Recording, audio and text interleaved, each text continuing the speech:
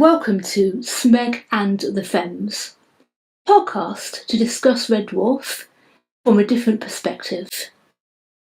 I'm Jan Amelie, and today I'll be talking about Series 3, Episode 1, Backwards, with the help of my guest, Judus Rimmer. Hello, and welcome to the podcast. Hello, excited to be here. Hi, yes. How did you get into the show? Well, when I was a kid, my dad would have on the odd episode on TV. I was always into Star Trek and stuff, so I sort of watched little bits and pieces. And then about a year ago, my dad decided he was going to rewatch it, so I sat down with him and we basically just binged the entire series. And autism went, yep, new hyperfixation. So a very bingeable show. It definitely is. Yeah.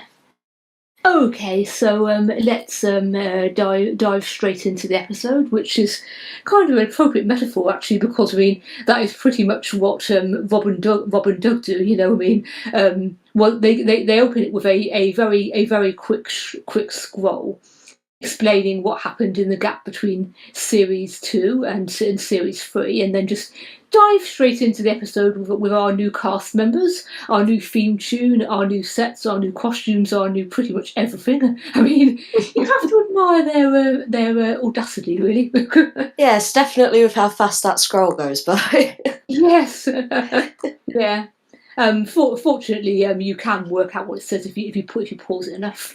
Plus, yeah, helpful. Which I found is quite difficult on the Xbox. Yeah. But yeah, anyway, so obviously one of the things it covers is Lister having given birth off screen to Jim and Bexley, and then having to return them to Deb because they were aging so quickly. You know, I mean, that is. I mean, I understand why they didn't show that, because obviously there's nothing funny about that whatsoever. But I mean, that is a heck of a thing to gloss over for your main character, isn't it? Really? Well, see, I figured, because a lot of series after series 1 or 2, they like to leave it on a small cliffhanger, but still have it be a good ending point, just in case the show gets cancelled or anything like that. So that's what I figured that was. Like, they had the babies, and then they were just like, well, we might not get a season 3, you know, we can leave it for a bit and not have to worry about it. And yeah, just sort of lobbed it on at the start of series 3. Well, we don't want 2 babies running around, let's give them back to Debbie. I do ultimately think it was the best decision for the show, because having two very small children around would have totally changed it. You know, I mean, yeah, definitely. Yeah, I mean, I don't mind, reading fan fiction which explores, what if they had stuck around, or even having them over with Deb and Arlene in the parallel universe. I mean, that's fun, But in the show itself, I don't think it would have worked. Those kids would just die. Honestly, in my opinion, Rimmer and Lister would not be good at looking after children. It's true. I mean, obviously their situation. I mean, it's just so dangerous anyway. I mean, even for adults, So I mean, having 2 very small kids around, it would have been very difficult. Admittedly, yes. Yeah, and they couldn't get away with half the stuff they did in the show if they had 2 kids running around, let's be honest. Exactly, yes, So I mean, yeah. Mm-hmm. But I mean, the thing it does, I mean, it does kind of also kind of explain well, not in universe, in universe, as opposed to out of universe, why everything is so different, because you can completely understand why Mister would, want to move to different quarters and completely revamp his outfit, his wardrobe, and so on. In the circumstances. Yeah, he probably just wants a fresh start and everything. Yeah, because I mean, I did notice watching this episode that Lister and Rimmer feel different. Lister feels tougher, which is probably all the leather, and Rimmer feels more mellow somehow, which is odd. Yeah, I did write a few little bits about that, because after you mentioned it, I was a bit like, oh, hang on, that does irk something in me. Like, for me, I don't know if it's because the way Rimmer acts, especially in the first scene with Crichton in the cargo bay or whatever, the way he acts with him, it just seems like he's just accepted it at this point. He's like, this is my life now. I'm stuck with these idiots. I'm gonna make it work. Like, I don't know. That's just how it seemed to me with his character in this episode. Yeah, I mean, it just kind of feels to me, like earlier Rimmer would have been more impatient with Crichton's nerves, whereas he's a lot more sort of relaxed about it and calm about it than you would expect, I mean. Yeah, definitely. I mean, one of the best lines that's just a throwaway line is just him just going, "I'll just put Crichton," and just the look he gives him. Crichton, yeah. I do think part of the reason for that might actually be though. Rimmer does later say when Crichton has got more confidence that he preferred him when he was a nervous wreck who so Yeah, true.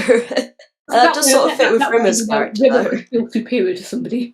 Exactly. Yeah. So very briefly, the Wilma Flintstone scene. It's a very funny scene. Yes. I did like how they sort of used it as, as the start of sitcoms, you have a scene that has no relation to anything else. Just seeing Lister and Kat doing the usual thing of sitting on his bed watching TV. And it shows that his character's really not changed that much. But it's still, there are obvious changes, like you said, with the costumes and everything. But I don't know, he's still Lister. And we see that throughout the whole of Red Dwarf. He's still going to be sat on his bed watching TV. I mean that opening scene. I mean, it's practically the only scene in the episode that's set on the ship, and obviously it's very reminiscent of the first two series, and they probably put that in, as you say, just to reassure viewers that yes, it is still the same characters, despite all the superficial differences. Yeah, but it being on Red Dwarf thing, I didn't realise how many episodes of this series were not set on Red Dwarf until I'd rewatched them. Yeah, I mean, of course, obviously the entirety of series 6 and 7 are set on Starbuck, and there are quite a few episodes. I mean, back to reality as well, where we're not on Red Dwarf at all, I mean, I think what it was the writers found there were only so many stories they could do on the ship, so obviously that's why they had Blue Midget and then Starbuck, so more could happen off the ship. Yeah, that's the exact same thing I was thinking. I literally wrote down about it just gives you so much more space to work with, pun not intended, but yeah, I mean pun not intended, yes, obviously, but I mean it does make sense, yes. Yeah, I also figured that might mean that they had a higher budget, like this season forward, because obviously they've got 2 seasons out of the way that were purely on Red Dwarf, the same sets used over and over again. But now that they're branching out, going other places and all that stuff, it made me wonder and think about if the budget was a lot higher, especially in this episode with the bar fight scene and all that stuff. Like, that's a lot of broken objects and set design and stuff that was probably way out of that budget for series 1. I mean, yeah. I think they did have a higher budget than series 1, but I mean, they always in the behind the scenes stuff, emphasise how low their budget always is. I mean, it's like there's never enough money, But the difference, they had a new set designer, Mel Bibby, for series 3 onwards, and he completely revamped the sets. They also had a new costume designer, Howard Burden, who did the same with the costumes. So I mean, I guess bringing in new people, obviously can make things look more expensive, even if they're not particularly. Yeah, if you get the right people, it doesn't matter what your budget is. Of course, yeah, and I mean, I guess now that they were in the 3rd series, they'd established themselves a bit more. They had better chance of getting the right people. Yeah, from what I heard, this series was the one where the cult following basically came in. It became a cult classic in England. Yeah. Yeah. Okay. Let me see. obviously, another change was the recasting of Crichton, to the Crichton that we all know, Robert Llewellyn, and I mean, it's amazing how kind of seamlessly it works, really. Yeah, I think the way they explain it in the scroll at the start of the episode works really well, just to be like, he's lost his personality, all that stuff, whatever. But I really prefer the new Crichton. The old one, I know the episode's a classic and everything from season 2 and everyone loves it, but oh god, he just annoyed me. I don't know why, like, the old Crichton just annoyed me. Yeah, well, I don't know if yeah, it's the way he spoke or... I think the reason is, just very deliberately played a certain way so that when he rebelled at the end, it would be fun. It would be funnier. But I Yeah. mean, I do agree, that the way he was played, probably wouldn't have worked on a long term basis. I do think the actor was David Ross was very good, but I mean the Oh way he yeah. played it wouldn't necessarily have worked on a long term basis. So it probably is better that it was recast. Yeah. Robert Llewellyn does a great job, so... And they've used it before in other episodes, so might as well get someone in you know who's going to be good. Had they? I thought this was his first introduction to the show, actually. I thought they used him in series 2, but I might be wrong about that. And I don't think they did, actually, because I mean it's just, you see, I've recently rewatched the Right, I might be getting my episodes confused. Sorry. There's a lot of emphasis on how new he was. Oh, I think actually you might be thinking of Hattie Hayridge. Oh, possibly. Because, of course, she takes over the role of Holly here, and she had previously appeared in Series 2 in Parallel Universe. Yeah, I might be getting confused between different episodes or characters and stuff. Sorry. It's okay, yeah. I did actually also want to mention Hattie, of course, because I mean, she was less of a shock because I've just seen her in Parallel Universe, But I mean, I love Hattie's interpretation of the character, She plays it so well. Just playing the ditzy blonde is just, I love it, and she does such a good job of capturing what the original Holly actor gave as a performance. Like, she does so well at capturing that, and it's almost seems like you don't think that it's a new computer or anything like that. You still think, oh, that's Holly. Like, Yeah, I mean, it's just, yeah. She just does so well. I mean, there are sort of subtle differences in the way they play it, but I mean, it's not so obvious in this one. It becomes a lot more obvious later on when she's and because I think at the moment she's still forming lines that were actually written for Norman, whereas in series 4 and series 5, they started to write a little bit more for her, more yeah. personal style. So Right, from a yeah. from an Okay. LGBTQ plus perspective on Holly, any theories about that? Because I know a lot of people like to say that they're trans or non-binary or just Course, no yeah. gender whatsoever, gender fluids. I was wondering what your take was on that.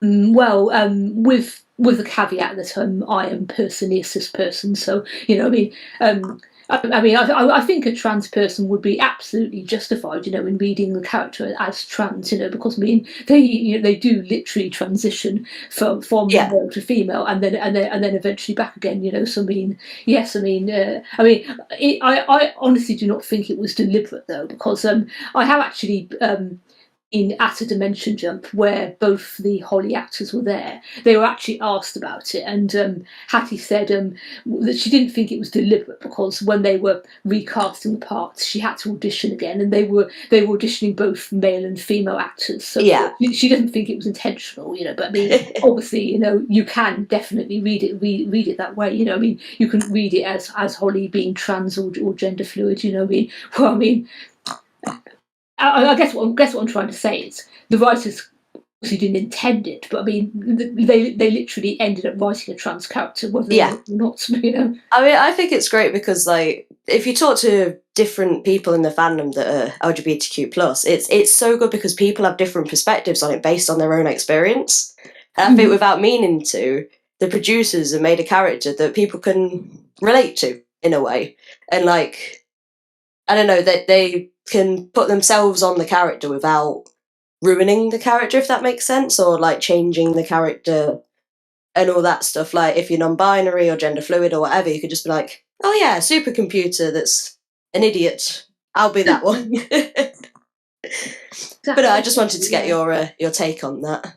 Yeah, I mean, as a gay person myself, I absolutely read Rimmer as a gay character, So I mean, Oh, very repressed gay character, but gay nonetheless. And Lister as bisexual, but the kind of person who isn't bothered about labels. He would never call himself bisexual, but he is. Do you see what I mean? Yeah, definitely.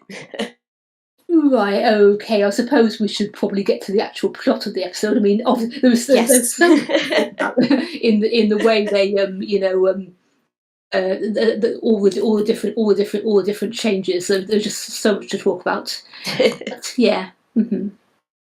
Of course, this is a fairly unusual episode in that the cast are split up for most of it, and not Lister with Rimmer and Crichton with Cat. It's Lister with Cat and Rimmer with Crichton and Holly. So I mean, I guess that adds to the unusual feeling of it. Yeah, but one of the things I wrote down, because I noticed this in a lot of later seasons, this tends to be the formula they go for, like mostly from 10 onwards. But it always seems to be Rimmer and Crichton and Lister and Cat, like 90% of the time. And sometimes you get Lister and Rimmer, Lister and Crichton. But the one I would need more focus on is Rimmer and Cat. I want to see those two like split up from the rest of them and just go on a wild, stupid adventure somewhere. Right, yeah, we don't often get many scenes with just Rimmer and Cat, and I think probably the reasoning part in that is because they would drive each other insane, Well, true. Yeah. I mean, I think so, because I mean, if you go by the scene in Samsara where Lister is stuck with Cat, and this is Lister who likes Cat a lot more and is a lot more and he really goes mad, The stupidity gets to everyone after a while. Just hanging out with someone like that can just be just a massive just day of face palming the whole day. Like, yeah. I mean, of course, the problem is, when they literally cannot walk out of the room and get away from each other, like in Samsara, and also in quarantine. I mean, it's okay when they know they can get away, but when they can't, it's different. Yeah.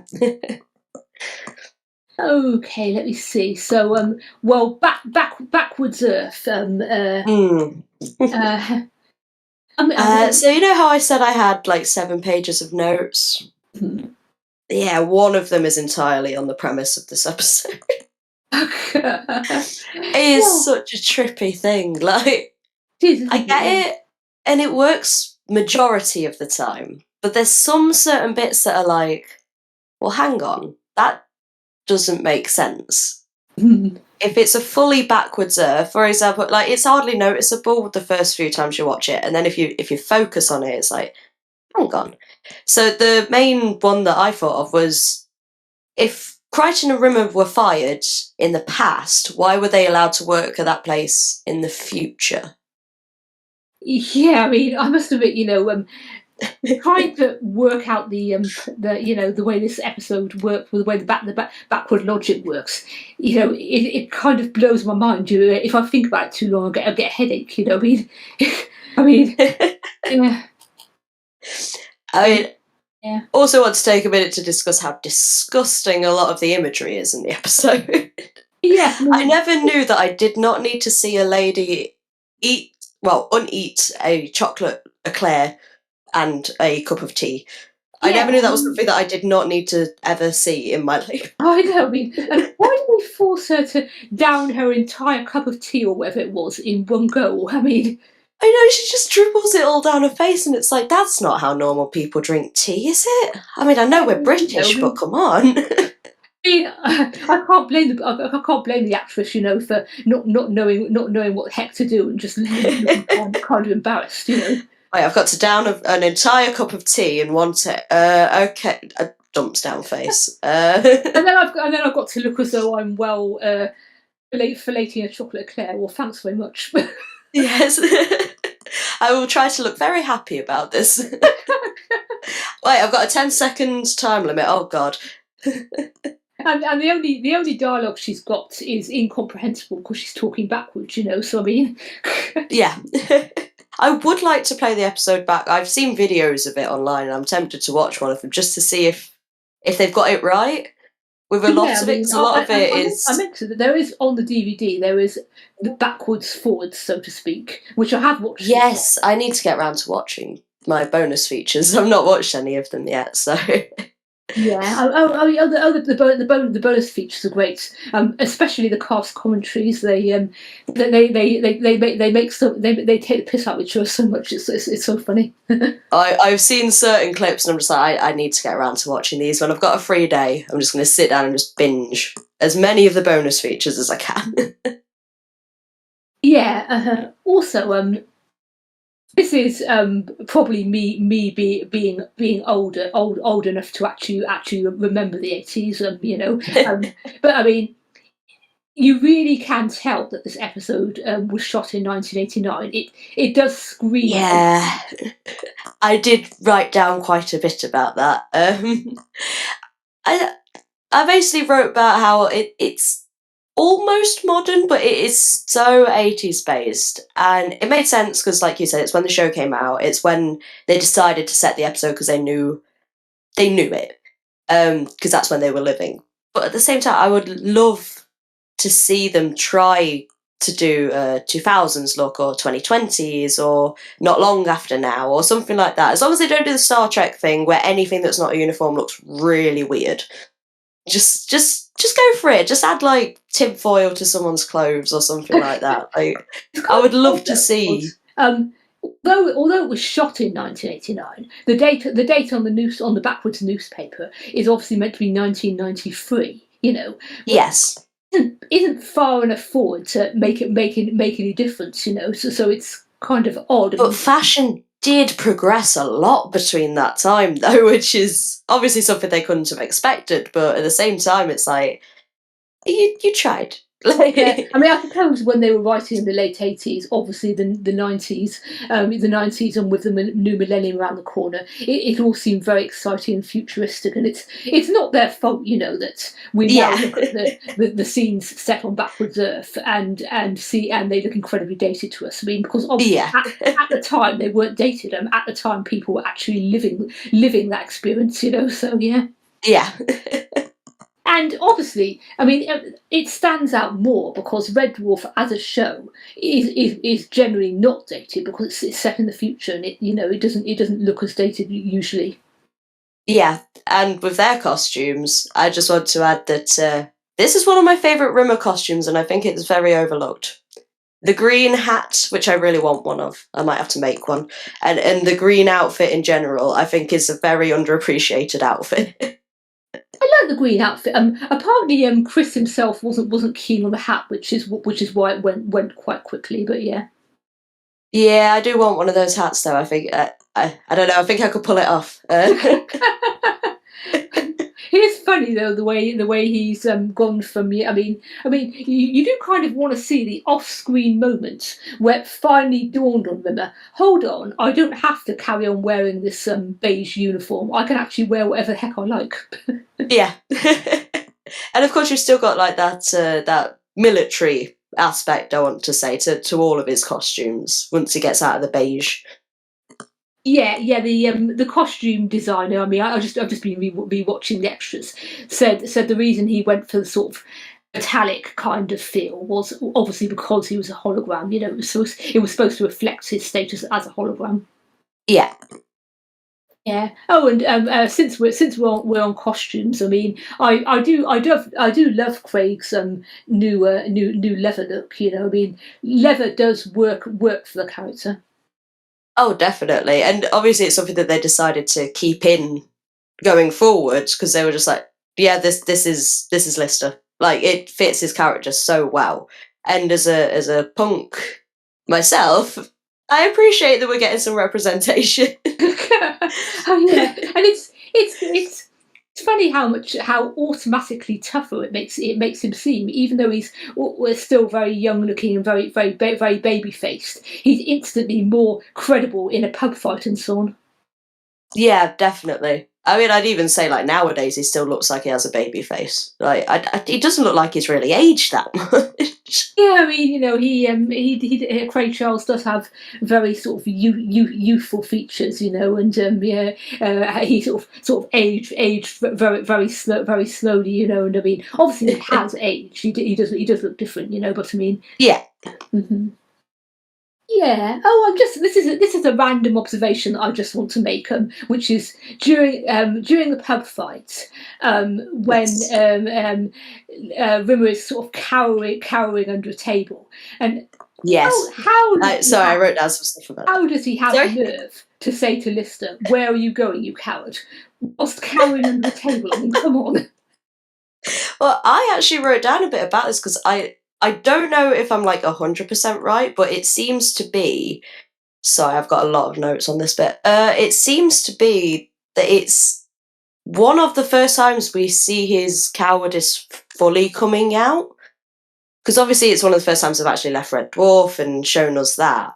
And I don't know, to me, it just seems very much a case of before this, they didn't focus as much on him having fear or cowardice or anything like that. And in the polymorph episode, even, it doesn't say that they're taking the fear or anything away from him. They're taking his anger, because that's mostly what we've seen from Rimmer up to this point. Huh? So the hiding away in the fight, to me, seems to be like the first sign that they're like, oh, we want to do this with the character.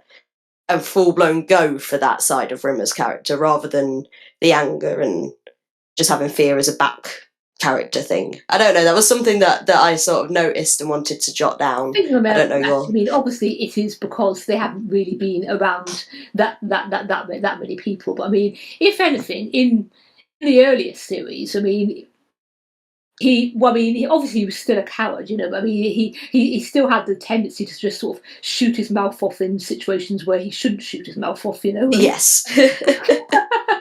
I mean, we'll get on. It can relate. So, I mean, we'll get onto that more in the next episode, which of course, has the planet leaving Miranda tale. Yes. But we probably better keep that for the next episode. Yes. Yeah, let me see. Oh, of course. The premise. The ending with poor Cat. That is. It's just such a classic Red Dwarf joke. I mean, Yeah, my friend, I had to explain that joke to him. I had to explain that joke to my friend. Because I watched it with him, and he looked at me and went, "I don't get it." And I went, "Oh, honey." Yeah, and then I had to explain it to him, and I was like, "How do you explain that to someone?" Well, I mean, obviously he was in the bushes, doing his business, and yeah, he wouldn't be that horrified if he'd just been having a pee, would he? So yeah. But my friend was just very much sheepish look at me, and I'm like, oh god, it's like explaining to a child where babies come from. I have to say though, I mean, thinking about it, he does. Cat must have been really dying for the toilet. I mean, it seems unlike him to go outside. Really, I mean, couldn't he have gone at the pub?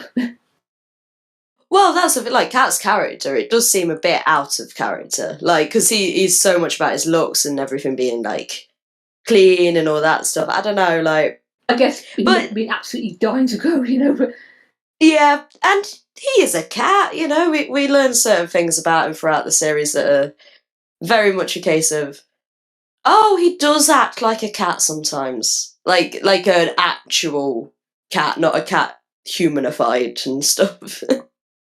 Oh yeah. Another thing I did want to talk about was them when they get to the pub and they find that Rimmer and Crichton are doing this theatrical routine, and they haven't worked anything out yet. Yeah. I mean, he's eating an egg. It's a terrible routine, but it works because it's a novelty to the crowd. Yeah.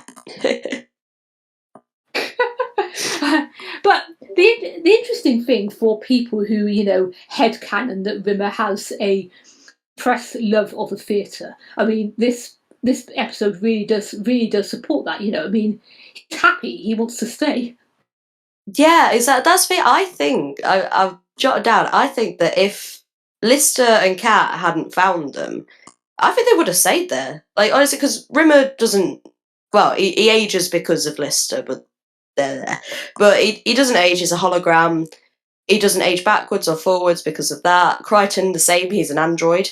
So as long as his circuitry is all good, then he can carry on living. I think the two of them would have been very happy on the backwards world. The problem is Lister and Kat, who would have reverted to 15-year-olds.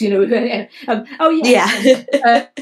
Of course, I mean, I know you haven't read the backwards novel, but I mean that actually does happen. In the backwards novel, they get stuck on backwards Earth 10 years, and Lister and Kat revert to 15-year-olds. I'm definitely going to have to give that a read. It is a very, very good book, but beware, it does have a lot of sort of grossness in it as well. I mean, a lot worse than the episode. I mean, it's a Rob Grant solo book, and God, okay. It also has a backwards sex scene. Lovely. I may skip that. But on the other hand, I don't want to put you off it entirely because it does also have a big section with Ace, in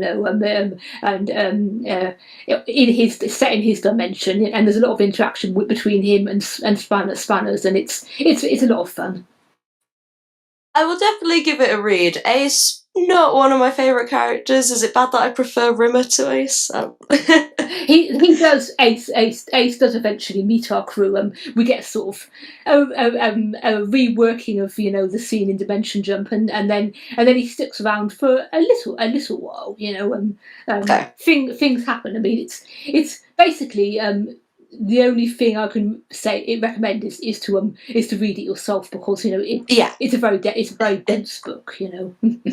Yeah, but going back to Rimmer being happier. Yeah. On the thing, so I basically just wrote down like he always seems to be happier away from the starship and the engineering and all that side of things. Like, and he actually enjoys the theatricality, as you. Yeah, I mean, said, to series 12, I think it was, when they all got turned into Crichtons. Yeah, Crichton. Sorry, Siliconia. Yeah. Yes. Yeah. Sorry. And Rimmer said about how when he was younger he wanted to be a fish because he would watch the fish tanks and he was like, they've got no worries in the world. And it also relates to the first ever episode where he wrote "I'm a fish" over and over again when he was stressed. I don't know. I think he just wants a simpler life on the backwards Earth that they found because he's happy, he's actually made something for himself for once. And then, as usual, everything's gone wrong because Lister and Kat have turned up and just been like, well, we gotta go. So yeah, well, to be fair, it was a fight, although I guess Lister and Kat kind of caused the fight, but yeah, oh well. Yeah. Well, I mean, having said that, probably something would have gone wrong eventually because Rimmer kind of has a knack of self-sabotaging anyway. So, but yeah, probably why he's my favourite character. I just relate to just getting this short straw all the time. Just as soon as something goes right for me, boom. Oh dear. Yeah. But yeah, I mean, there is quite a lot throughout the show to indicate that Rimmer has a sort of suppressed love of the theatre. I mean, he hums sort of theatrical tunes in various episodes. In the next episode, he mentions he's seen West Side Story. So I mean, yeah. And there's obviously the dream in the first series, I want to say, or is it the second series? Where is in his pants and he's dancing around the I want to watch over me, yes. Mm-hmm. Yeah.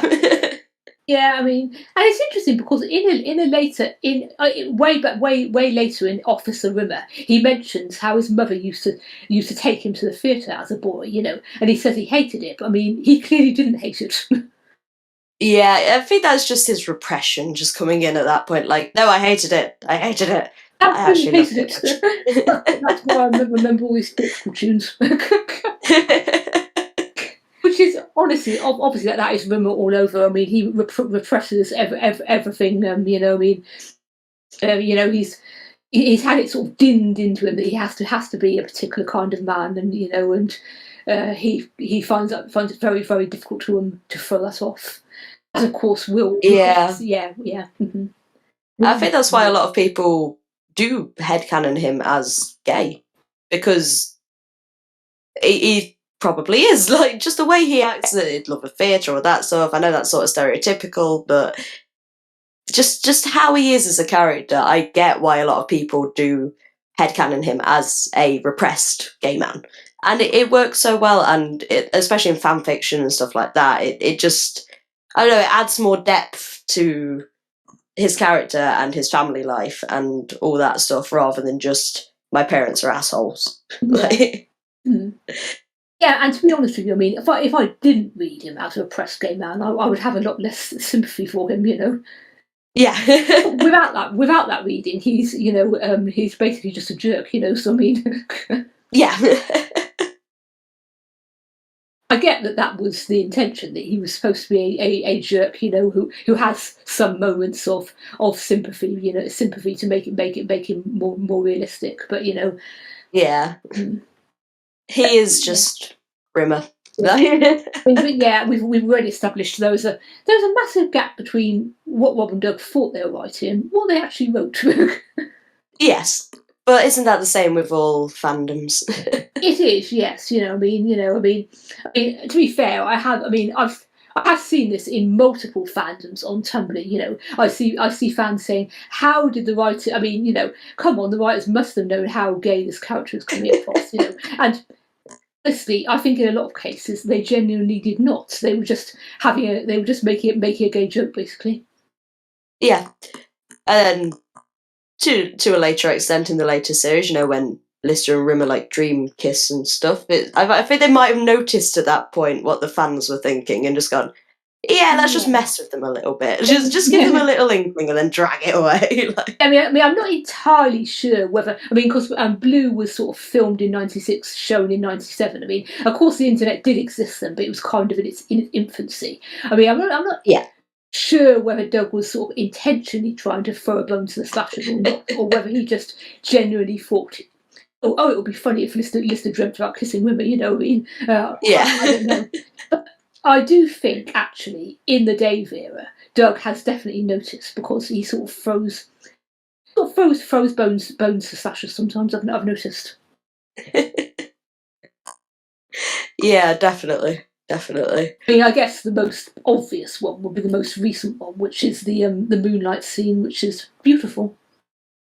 Oh, honestly, that scene, it almost made me cry. I was just like, oh, this is so cute. I love it. Like, just the way that Craig Charles can go from being a silly bastard 1 second to that performance is just amazing. Yeah, I Like, mean, hats off to him. Craig's performance in that scene is just amazing. The way he sort of his eyes, the way he looks at Rimmer, it's just it's amazing. No wonder people ship them. Yeah, and yet I mean, it does still. I mean, I feel weird saying this, but it does still work on a platonic level for those who want to read it platonically. Oh, definitely. Yeah, definitely. Like, I don't particularly ship those two together. But no, I'll read stuff with them and stuff, but I don't ship them myself. So that scene to me is just like brotherly love, and I love it so much. It's so good. Oh right, I mean, no, I mean, it's okay. I mean, I don't, only have a list of women shippers on this podcast. I mean, you're Yeah. that's fine. I'm just surprised, because I kind of thought you did. I mean, do you ship them with anybody else, or are you just not a shipper? I think the weirdest one for me that I would like to see more of is Rimmer and Kat. I don't know why. I want to see more of them actually like become friends at least. and then maybe something more. I don't know. I just think it's something that you don't see, like, ever. I've even gone looking for it, and I can't find hardly anything to do with those two. So I'm just like, I would like to see a bit more of that. I don't know. I'm certainly not anti River Cat. It's just I honestly, can't see them working at all. I would happily read a story about it. If somebody could make it work, it's just I can't imagine it working. By all means, if someone wanted to give it a go, I might do at some point. I might jot something down, see what I can come up with. Yeah, it occurs to me we've kind of gone off a bit of a tangent. Yes, sorry, I did warn you about the autism tangent thing, didn't I? It's okay. This episode is kind of an odd episode anyway, because for the various reasons I've mentioned. Yes. Yeah. Oh, and Horogamet is telling me that we have we're approaching our time limit. So was there anything else you particularly wanted to say about backwards? I did have a strange theory involving the premise. So, do people have free will in this world? Because so the best part I can use to describe this theory that I've got going on is in the newspaper reading that Crichton does of a guy robbing the bank or giving the money back to the bank. He's already done the time in jail. He's gone into the bank and basically saved two people's lives. But did he do that of his own free will, or is he? I don't know. Is he reliving his past life backwards because it's after the Big Bang and everything's reversed and everything, or I don't know. It was something that it's the first time I've thought about it rewatching this episode. Like, if it's the case of okay, they're just living their entire life backwards. How does the Red Dwarf crew play into that? Is it like the butterfly effect, or is it just some wibbly wobbly timey wimey stuff? Odd, yeah. To be honest, the way it sounds, it doesn't. It does kind of imply that people on the backwards Earth don't have free will. Because they just seem to be sort of going through the motions. It's kind of disturbing when you think about it. Smoke. Yeah, that's why I thought I'd write it down. I thought anybody who listens to this, I'll just mess with their minds a bit. So It's okay, right? So the final thing I do want to do is as a regular listener, you probably know that at the end of these episodes, I get my guests to give scores out of 10. So how would you rate this episode, both overall and for slashiness? Ooh, so overall, I'd probably say 6 out of 10. Just because a lot of the imagery is just either eye trippy and messes with your head or disgusting. So, for slashiness, can I ask clarification on what exactly you mean by slashiness? It's kind of let me see. Oh, full disclosure. Personally, I don't think this is a slashy episode at all. But the way I would rate it is, are there a lot of scenes between Lister and Rimmer? Rimmer. That's the main one. On that scale, I'd probably say like 1 out of 10. Like, it's so odd because I swear I'm not just saying this because you said it, but in my notes in front of me, I've got exactly the same scores. Really? Oh, okay. 6 out of 10 overall, and slashiness 1 out of 10. I may be slightly psychic. I don't know. Like, it's okay. Yeah, no, it's just it occurs to me that this is probably the reason I've never been that keen on this episode, because it really isn't a slashy episode at all. yeah, it's definitely a classic, but like I said, some of the imagery and you don't get much character development with the characters you want to have character development and stuff like that. So And Yeah, it is, stick by I my agree. rankings. It is a good episode, as good episodes go, But if you want character development, well, you need to look to the next episode, I guess. Yes, definitely. Okay, so I'll wrap up now. That brings us to the end of this episode of Smeg and the Femmes. Thank you to Hologamet for technical help, and also thank you to my guest, Judus Rimmer. Thank you for having me. I hope you enjoyed listening. If you'd like to give us feedback, you can do so on either Tumblr or Discord on the posts where I'll link to this episode. You can also email us at smegandthefemmes@gmail.com. The next episode we'll be covering is a fan favourite, Marooned. Hope you'll join us then, but for now, goodbye.